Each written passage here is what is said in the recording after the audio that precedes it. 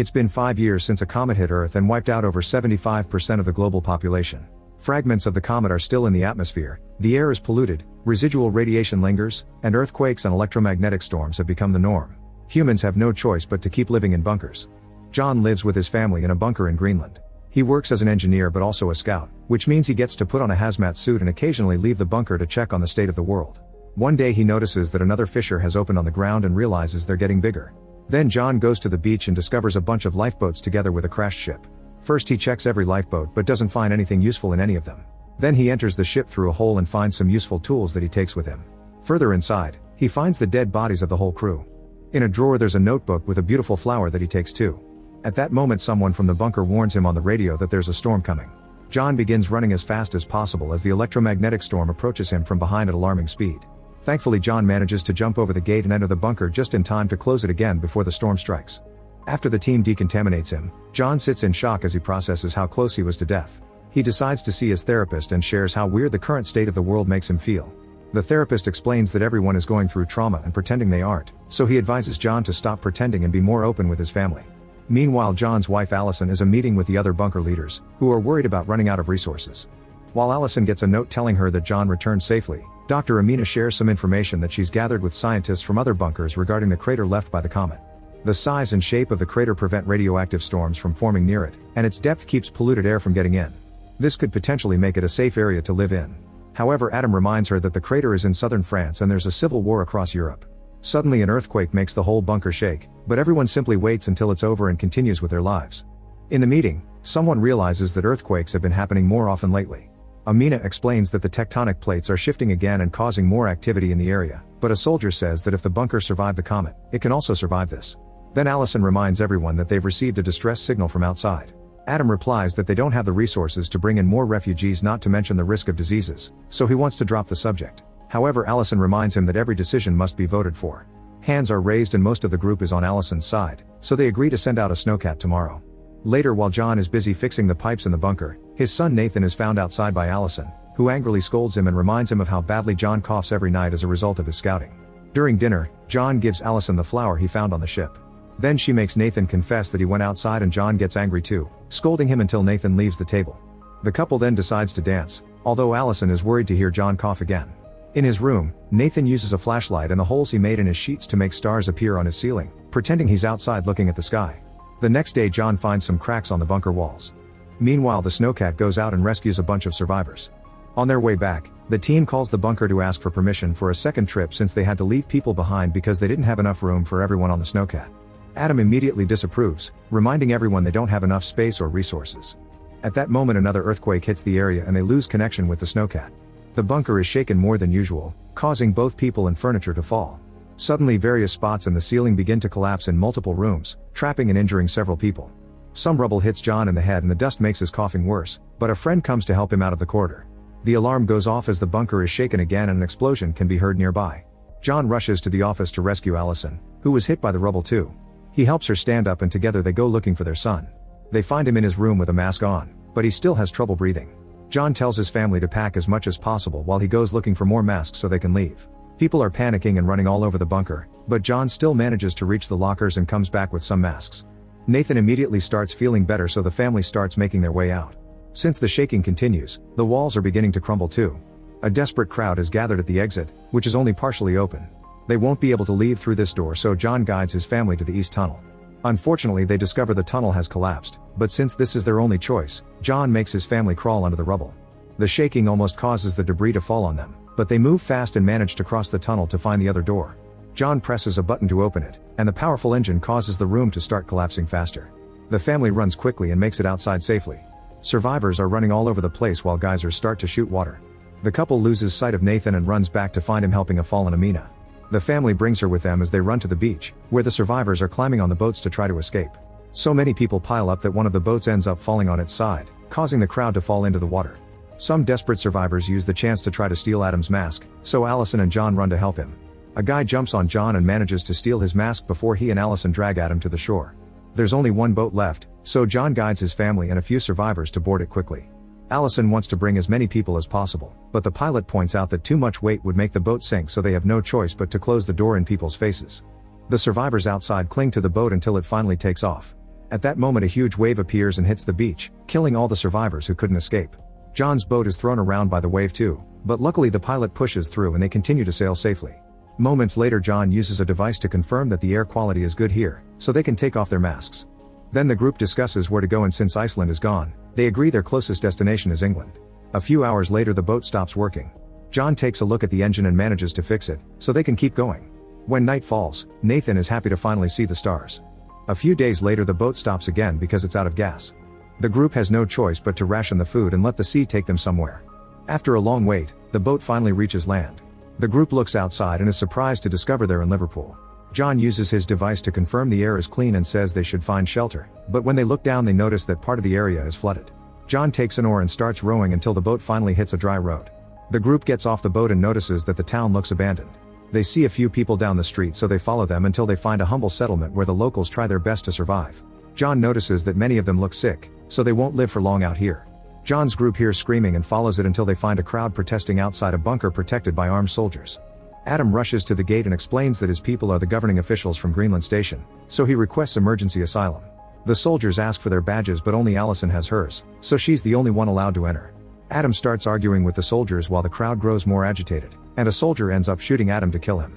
When a random survivor tries to get in, he's shot as well. The soldiers close the gate as an alarm starts wailing. At that moment a storm appears in the sky and the crowd runs away in panic. Amina and John's family run to stop a van and ask Obi to take them to London. Obi wants payment, so he lets them get in his van after taking John's watch. The vehicle speeds out of town and avoids the storm just in time. Allison hugs Nathan to comfort him while Amina grieves for Adam. Obi explains that people are desperate and will kill for food. A few hours later the van stops in the middle of the forest for a break. Obi smokes a cigarette and shares that he came to England from Nigeria 12 years ago, but he doesn't regret it. John asks him if he knows anything about the state of France, but Obi says that the area is too dangerous and thinks that the crater story is fake. Suddenly they hear some rumbling and discover that several comet fragments are falling from the sky.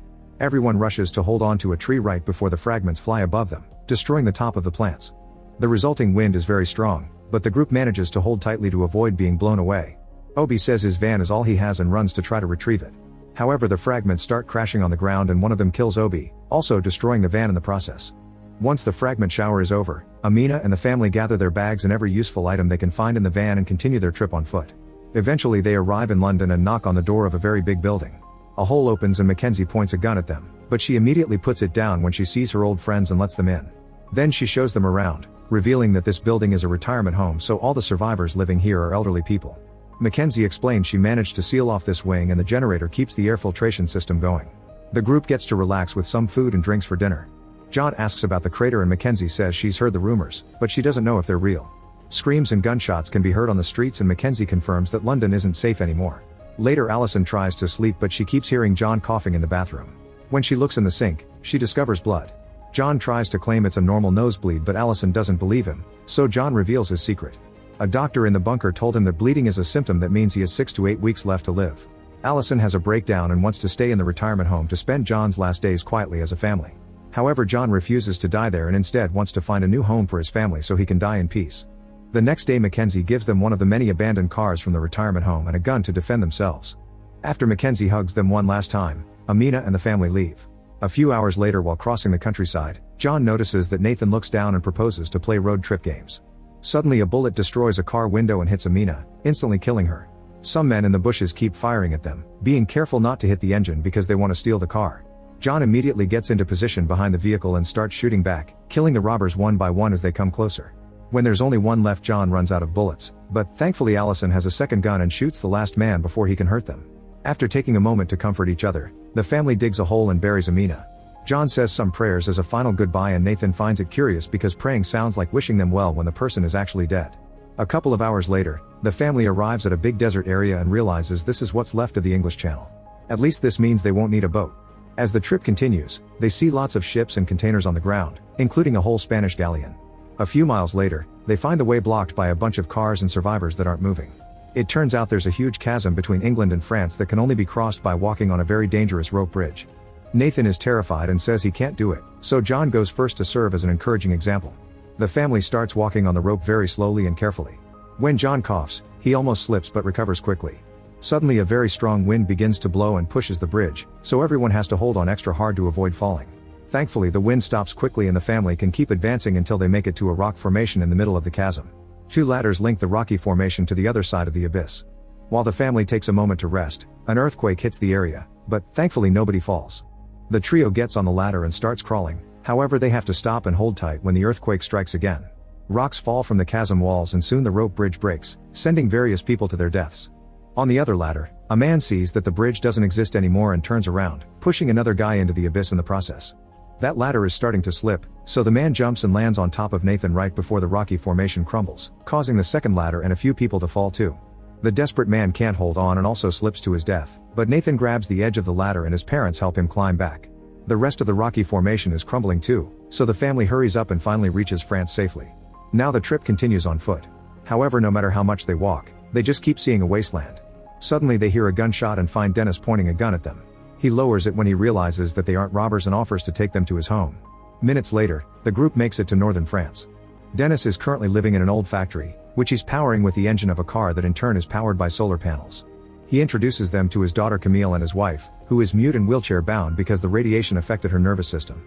During dinner, Dennis learns that John's family is trying to reach the crater and warns them that the area is extremely dangerous. Only 2 cities are standing and people are fighting for control of the crater, including the remnants of the French army.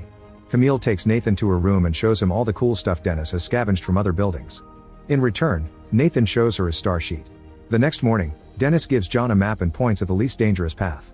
He also shares the name of a friend in the army and gives John an old photo so they can prove they know him, which hopefully will get them help. Suddenly Dennis starts crying as he asks John to take Camille with them. He wishes he could take her to the crater himself, but he must take care of his wife.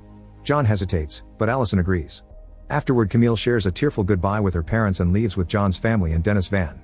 After a few hours of driving, Allison notices that the teens are in a bad mood and decides to stop so they can take a break. John starts a game of Would You Rather and this improves everyone's mood. Suddenly some vehicles appear on the road and a bunch of soldiers surround them. Camille mentions the name of her father's military friend and convinces the soldiers to help them cross the area. By nighttime, the group reaches a war zone where the army is fighting insurgents. A soldier guides them behind the line so they can sneak through the forest without being seen. They have to stop moving when something explodes near them, but then they keep going and cross a wire fence to reach a more dangerous area. Now they have to run as fast as possible to avoid the bullets and explosions happening around them. Soldiers are dying all over the place and the family even watches a man catch on fire. Their guide calls the bunker to inform them that he has civilians, and his teammates tell him to keep moving while they provide cover. The group continues to advance and finally reaches the trenches, where John almost collapses as he coughs. As they walk through the trench, the family has to dodge many bodies and see more soldiers being shot. Eventually they reach a ladder and their guide sends them out into the forest, telling them to just walk ahead until they find a camp. In the morning, the group finally finds the military settlement. Camille notices some mountains that weren't there before and John concludes they must be close to the crater. When they ask a soldier about Dennis' friend, they discover he's dead. The other soldiers don't want to help them, so John tells them he's dying and only wants to protect his family. A man takes pity on them and gets them a spot on their bus. John's family and a few other survivors leave in the bus that will take them to the crater. However, the trip is interrupted when something explodes on the road. Suddenly the bus is surrounded by insurgents, so a soldier goes out to fight them, but he's immediately shot down. Then an insurgent kills the driver too and forces all the refugees to get off the bus. John sends his family out but stays behind to jump on their insurgent and start a fight. Another armed man wants to help his partner, but a refugee hits him in the head with a rock to bring him down. Inside the bus, 2 gunshots are heard. John comes out victorious with the gun but also reveals he was shot. Everyone boards the bus again and Nathan keeps pressure on John's wound while Allison drives. Moments later they make it to the top of the new mountain and the family helps John walk until they find the crater. The rumors turn out to be true. The crater is a beautiful place with fertile land and no contamination, perfect to start rebuilding. At that moment John collapses and his family surrounds him to say a final goodbye before he dies. Everyone cries while Nathan repeats his father's prayers. Make sure to subscribe and turn on notifications so you can watch more videos like this. Thanks for watching.